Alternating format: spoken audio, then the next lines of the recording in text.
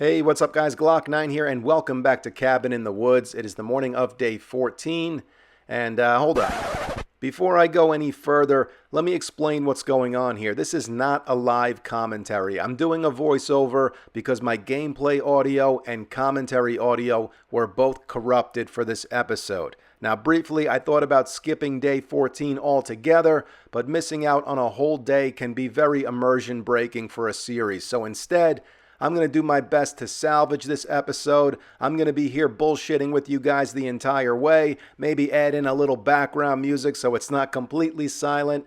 And I'm still going to edit the video as I normally would. So hopefully I can make this work and it's just as entertaining for you guys. So let's just go ahead and continue on here. The first thing I did was spend these 3 skill points. I put 2 of them into strength and the last one into boomstick. I'm trying to max out strength here so we can max out Pummel Pete. Then I turn these forges on, of course. This one's smelting down lead, and this one, as always, is smelting down stone, crafting out some cement. But yeah, I mean, we had inadvertently created a melee-only base here, so I want to get as strong as possible, as quick as possible, and maxing out strength and Pummel Pete is a good way to do that. So the first place we are headed is a little over 2 kilometers to the east to do this job for Trader Jen, and I figured it was out in the desert, so I brought a rockbuster candy with me, and I plan on mining some oil shale and iron while we're out there.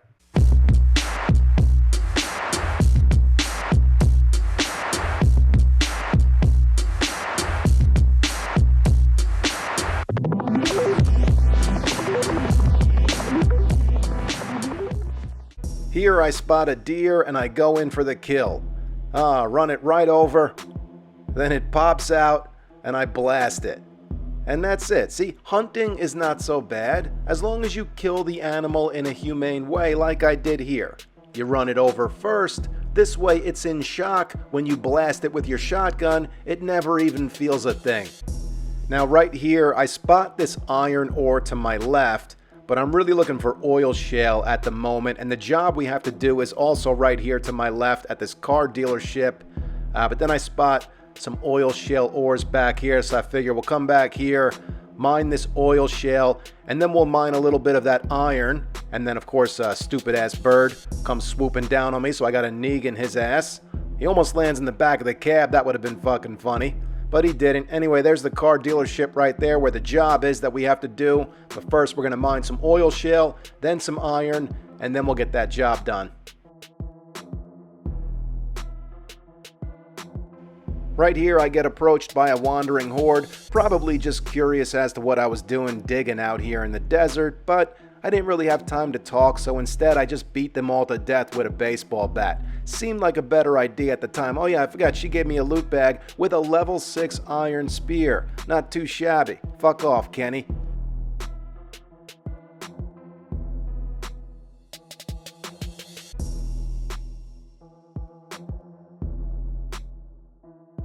Oh, this is funny right here. Another fucking zombie approaches me while I'm working, so I crack him in the head a couple of times and he lands right on top of the iron I was mining, which pisses me off, so I hack his leg off and then I just work around him. And he kind of hangs out for the rest of the time watching me work. We became friends after that. Now, with the oil shale and iron mining out of the way, we can finally get to work here. I pause for a moment on the car lot sign, just in case I want to use that as a thumbnail. You gotta always be thinking ahead. This sleepy ass zombie doesn't want to wake up, so we take advantage of that, hit him with the shotgun. And no other zombies wake up, so I figured we'll take the time to loot the rest of the cars here in the parking lot. And I also just picked up some motor tool parts, which I know we have some back at home also. I need to look into what I need to craft the auger. I think all I really need is the recipe. I'm sure I have an engine. If not, an engine's real easy to get. And other than the motor tool parts, I'm sure we have everything else that we need. And I would love an auger.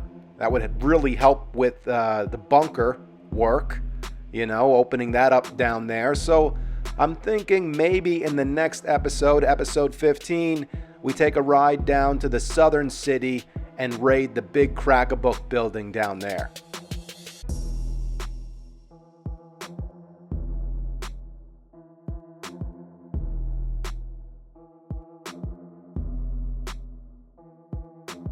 Now I can see at least one zombie sleeping in the garage here, so I'm thinking maybe I could be sneaky, but as soon as I turn around, they all wake up. So that's out the window. Being sneaky's not really my MO anyway. I'm more the type of guy that just bangs on the wall, wakes them all up at the same time. Fuck it.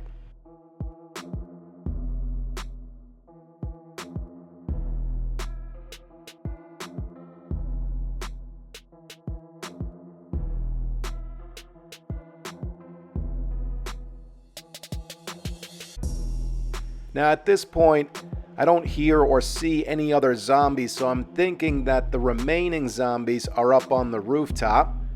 And that's just because at this point I also missed the steps underneath the car lift that lead downstairs. That's where we're gonna have to go. This is an interesting find right here though.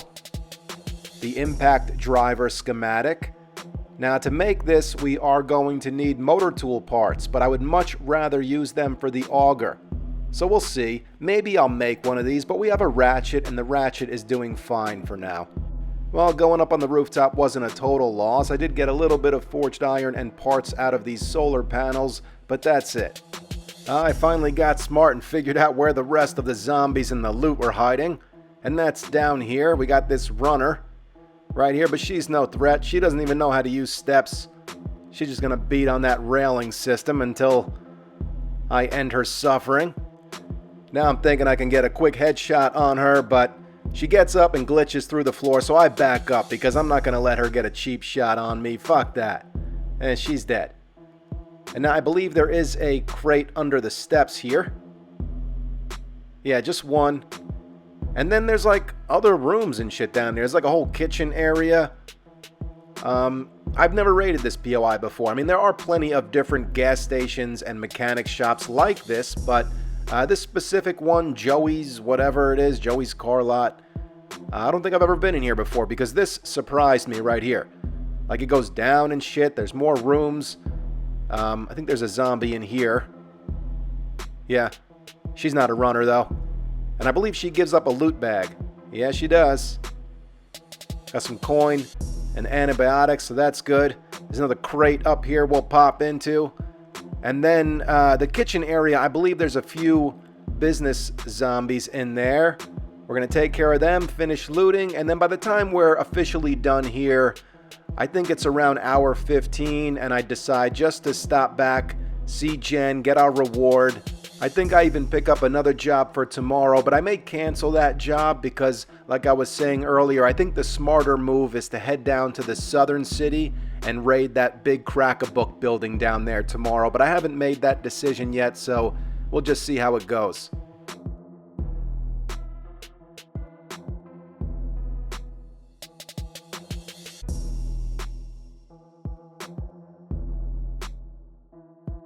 Now here's the room with the main loot, but my inventory is pretty full. Got a few things I can scrap, but I end up having to run out to the Jeep and unload before I can grab all this shit.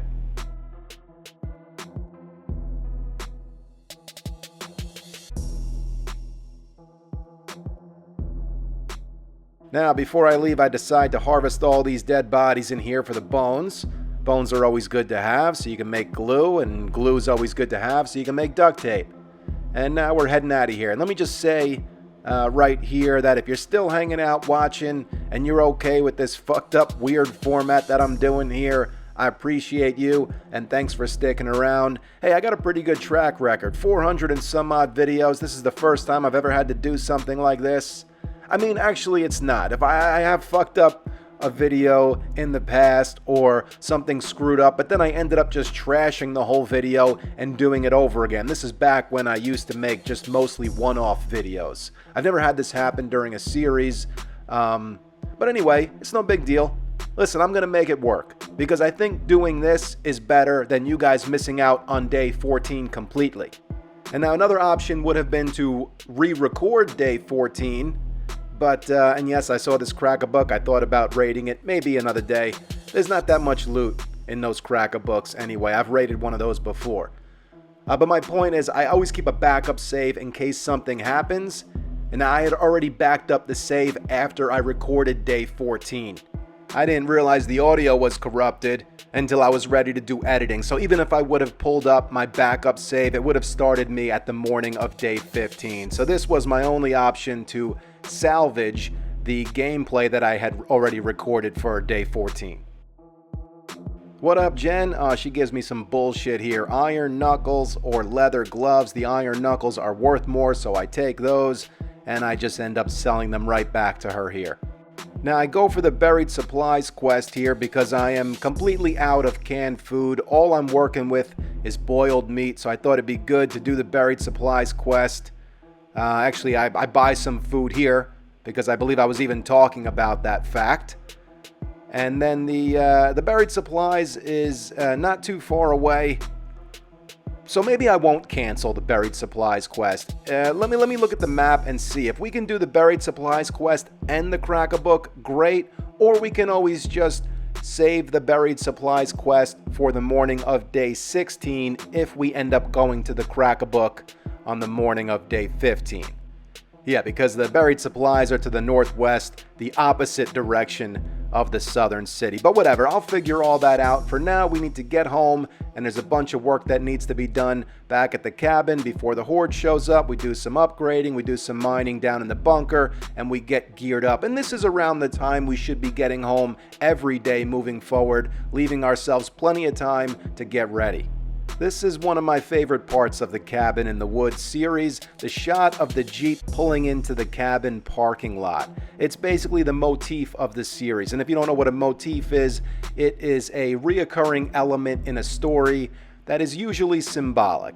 And that is kind of symbolic. The symbolism there is the Jeep pulling into the driveway basically symbolizes the horde, the upcoming horde, because that every time we pull into the driveway, it could be the last time we pull into the driveway, because the next thing that's going to happen is we are going to fight a big horde here. So anyway, it's just something that happened creatively. I didn't even plan on. I just did the intro, and the shot of the Jeep pulling into the driveway is in the intro, and then I just wound up keeping it in every episode thereafter. So something cool that I just thought I would mention in case you didn't notice it.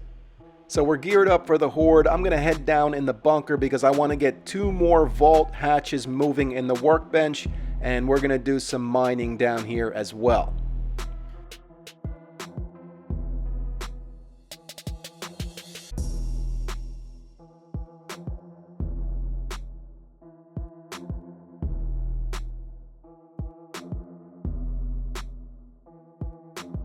Now, I almost forgot to check these bars right here. I thought I had repaired them already for some reason, but thankfully I checked them and made sure to repair them. Otherwise, that could have really been a disaster for tonight's horde. Now, I'm going to get up here and upgrade. Actually, I need to go back down into the bunker and grab those vault hatches out of the workbench. And then I'm going to go upgrade a couple of more hatches up here with the steel vault hatches, do some more upgrading, and then we'll bring on the horde.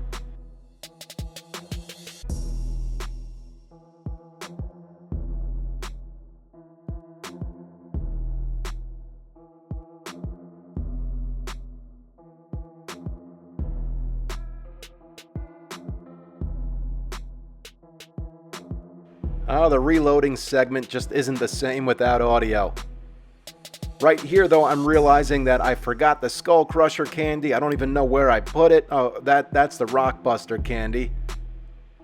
Here we go. I grab all 3 of them, and I go ahead and eat one, and drink this coffee, and that'll set off the beginning of the horde.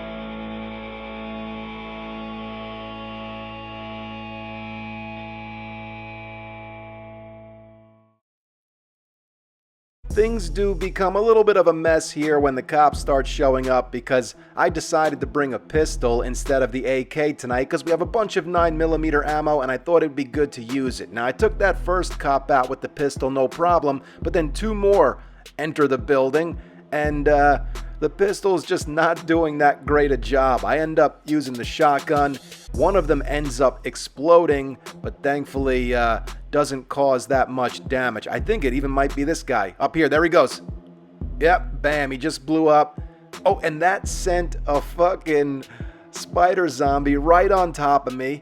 And I was stuck right there because I don't think I showed you guys, but right behind where I'm standing right now, I put in half blocks instead of full blocks. That allows me to back up a little bit further and it puts me out of reach of the zombies. But if I'm backed up all the way and I try to jump, I can't. I get stuck. So it's a bit of a double-edged sword. It helps against not getting hit from zombies when I need to either reload or get some stamina back. But look right there, as you can see, if I'm not completely out from underneath the half blocks, I get stuck when I try and jump.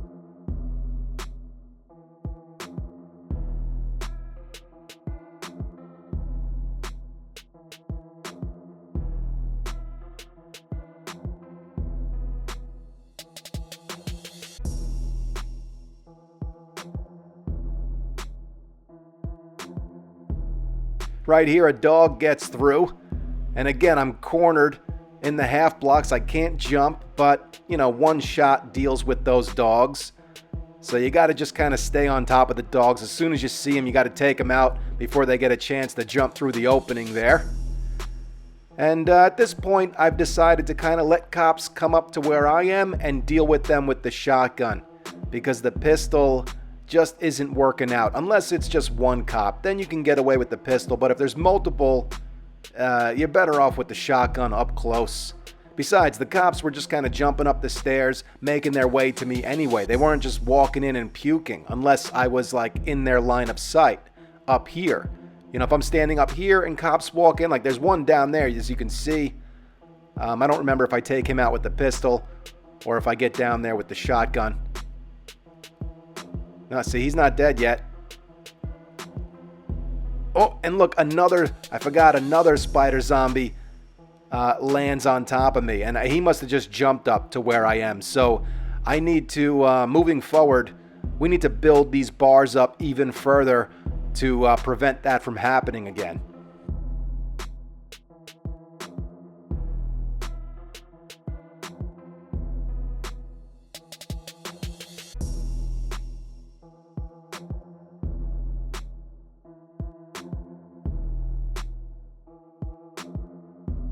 Alright, so that's it for the horde. I'm gonna get down here and get all these loot bags. I just picked up cornmeal, as you can see, which pissed me off, but I'm in a rush to make sure no zombies come. But I come over here and I dump it on the floor. Fuck that cornmeal. And then I throw this hatch down just in case any more zombies show up. This will slow them down for a second. This way we don't get attacked from behind. Now just continue working my way through these loot bags. It's a shame I didn't pick up any eye candy. Maybe in the next episode we'll see if we can find some so we can start benefiting a little bit more from these loot bags. Oh, grabbed cornmeal again. I also grabbed some night vision goggles. So I put those on to kind of check out the night vision out here and make sure to dump out this cornmeal next to that other piece of cornmeal. Both of those pieces of cornmeal can fuck off. And we're going to go inside, finish looting, and that's going to be it for this episode. Guys, I hope you enjoyed it, and I hope it worked. You know, I hope it was just as entertaining as it usually is. I tried my best, and I'll make sure to run some tests before I record the next episode to make sure this doesn't happen again. And look at this. Look at the bars. 16 hit points left on these iron bars. Matter of fact, yeah, I do grab the forged iron and repair them now so I don't forget to do that. But some changes need to be made in here. Like I was saying, we need to build the iron bars up. Probably on this walkway here, like bars right there. As a matter of fact, that's exactly what I was talking about when I was doing the commentary at that moment. Because, oh look, I forgot about him too. We did get a straggler. It's just him though.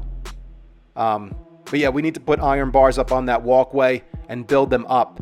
This way, spider monkeys can't keep jumping up to where we are like that. But anyway, I'm going to get some loot organized. I'm also going to bring the chem station down into the bunker, and we need to move the forges down into the bunker also. But I can't remember. I got to do a test. I can't remember if you pick up the forge, do you lose everything that's in the forge? Like if you've smelted down a whole bunch of shit into it and then you pick it up, I think you lose all the stuff that's been smelted down. I'm not sure. I got to do a test on that, because if you do lose all that shit, then I need to craft all of that stuff out before picking it up. But anyway, guys, that's going to be it for this episode. I hope you enjoyed it. Thank you so much for watching and all of the support. It really does mean a lot. You guys can follow me on Instagram or Twitter. It's at Glock9Gamer. I follow all gamers back. Stick around for episode 15. It'll be much more proper than this one. Also, stick around for Maxed Out episode 2, and I will catch you guys in the next one.